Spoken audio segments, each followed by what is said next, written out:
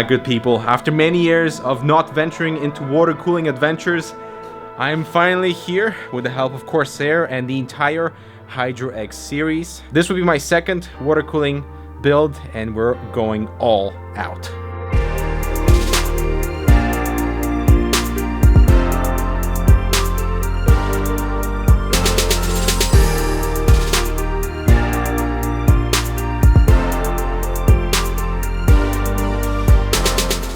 Just in case I have any questions, I have Hans, who is the product marketing manager for the Hydro X series. You're a water cooling enthusiast yourself. How many years have you been doing water cooling and how many systems do you think you've done like last year?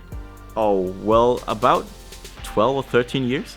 In the last year, probably 7, 8, 9 systems. So I'm in the right hands in case I have any questions. This should be fun. Privacy.com might also be fun. That lets you use virtual credit cards for online merchants so your real bank information stays secured with real-time transaction monitoring. More on that later. So I decided to water cool my Threadripper system, the 2950X, the RTX 2080 Ti. I've promised to give you an update on the system and it's finally happening. I didn't want to just pop in a regular CPU cooler in there. Really wanted to go over the top. And the Corsair 680X was my choice of case from Corsair. This thing is large enough so that when we're building inside and bending all the tubes, it's not too crammed, but it's not too large of a case either. And I love that second compartment at the back where we can fit the reservoir pop combo, all the cables, so all the cable mess is out of sight. And hopefully I'll just be left with this beautiful machine that will roll silent and cool for many years to come.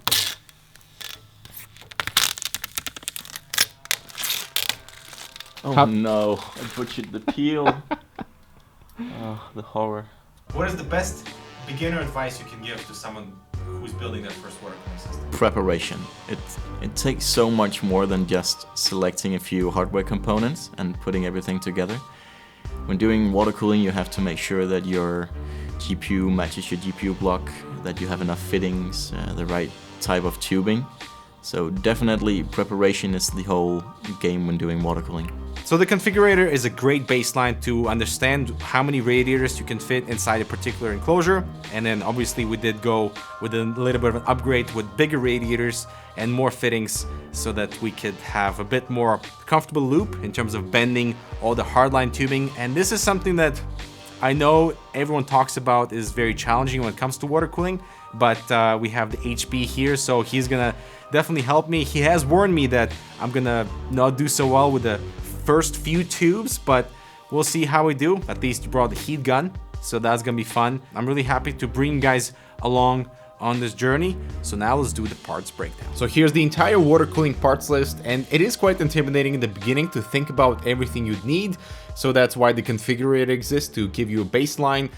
So let's start with the basics, the cooling blocks. This is the XC9 RGB CPU water block, compatible with LGA 2066 and TR4. It is transparent for illumination purposes, and you can actually see the cooling plate in there too. The top housing is aluminum, despite it looking like plastic, and we already have the thermal paste pre-applied in the honeycomb pattern, and you can rotate the mounting plate to fit your loop design and direction. For the GPU block, we got the XG7 RGB for my 2080 Ti Strix. Love the design of the aluminum, and again we have more transparency for lighting plus a visible flow indicator. Thermal pads are pre-applied, the kind that is only sticky on one side, so they are reusable with thermal paste on the die area. The included backplate is clean with cutouts to reveal more of the PCB, and the finished assembly is just so gorgeous. The Corsair branding is minimal, I appreciate that. The card is now 1.5 slots instead of almost 3, and it is very heavy tow, and you have to hide the lighting cable somehow.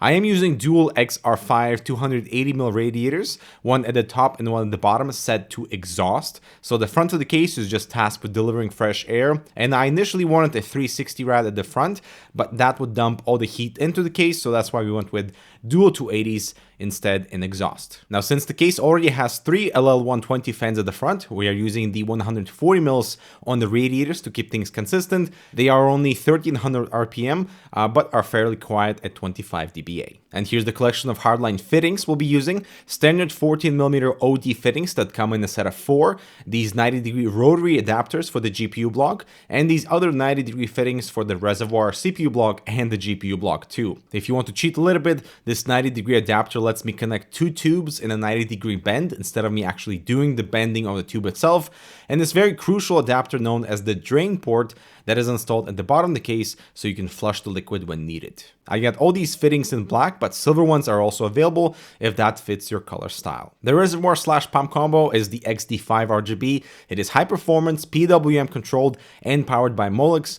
A few cool accessories include a G1/4 inch temperature sensor that you just screw into one of the fittings. There's an ATX jumper for the 24 pins so you can fill the loop, and 120/140mm fan brackets, so the XD5 has good flexibility with mounting either on top of the fan or somewhere inside the case. I decided to go with 14mm hardline tubing, so it is clear, and if I use color coolant in the future, it will pop nicely, but we're lighting the system with hardware instead, which is why we got the clear XL5 coolant, and this one bottle is enough to fill this entire loop. A few last pieces include this insane RAM kit, the Dominator Platinum RGB, 128 gigabytes, perfect for Chrome at 3000 megahertz, so 16 gigabytes per DIMM. They include Corsair's new Capellix LEDs, which are super bright and I'm told have awesome lighting effects. I also have two MP510 drives, so 4 terabytes of NVMe storage in the system. Still can't believe that's happening. And everything is powered by Corsair AX1000, a titanium efficiency fully modular PSU that completes this crazy Threadripper system. So if you're after that brand loyalty, yeah, it's not that hard with Corsair. Now for the preparation, the process includes installing everything onto the motherboard, so like the RAM, the NVMe drives, the CPU block. Then we're gonna mount the radiators inside the enclosure, one at the top, one at the bottom, mount the motherboard inside the case, do all the cable management because that's the easiest way to organize everything. Then install the GPU block, which I've never actually disassembled the graphics card in my life. HP was surprised by that, and so am I now realizing it. And then do all the hardline tubing. Yeah, should be fun.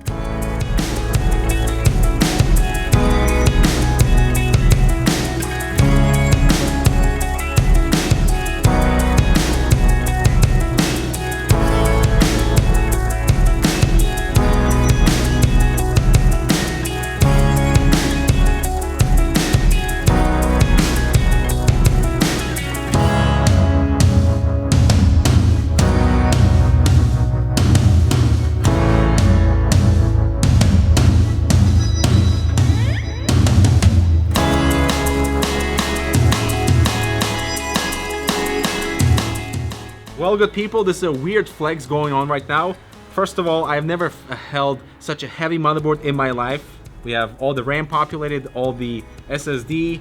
This motherboard is, by the way, insanity. Value-wise, we're close to $3,000 that's in my hands. That's for 128 gigabytes of RAM, 4 terabytes of NVMe storage. We have the water block and the motherboard itself, and of course a 16-core 2950X. But it's time to put this thing in. Careful. Careful. Losing his screw right now.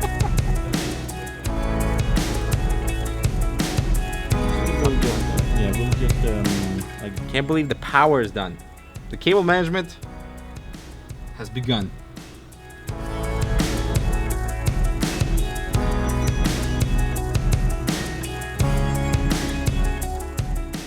So HP, the bulk of the build is complete. The motherboard's in, the radiators are in. Now I have to mount my first ever GPU block. How excited are you? I'm nervous. No, it'll be fine. Why are you nervous? Because of me? I've seen how you handle my screwdriver, so let's see how it's gonna go. Oh, by the way, don't forget your tweezers for cable management.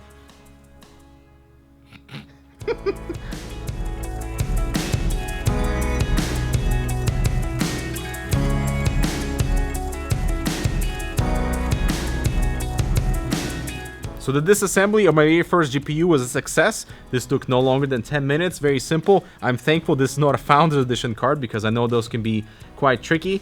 And now I just have to put back the cooler together, all the screws, because that is a good practice when you water cooling. Feel better weight-wise? Oh, it's so heavy. So HP, what's the verdict? How did I do? Perfect.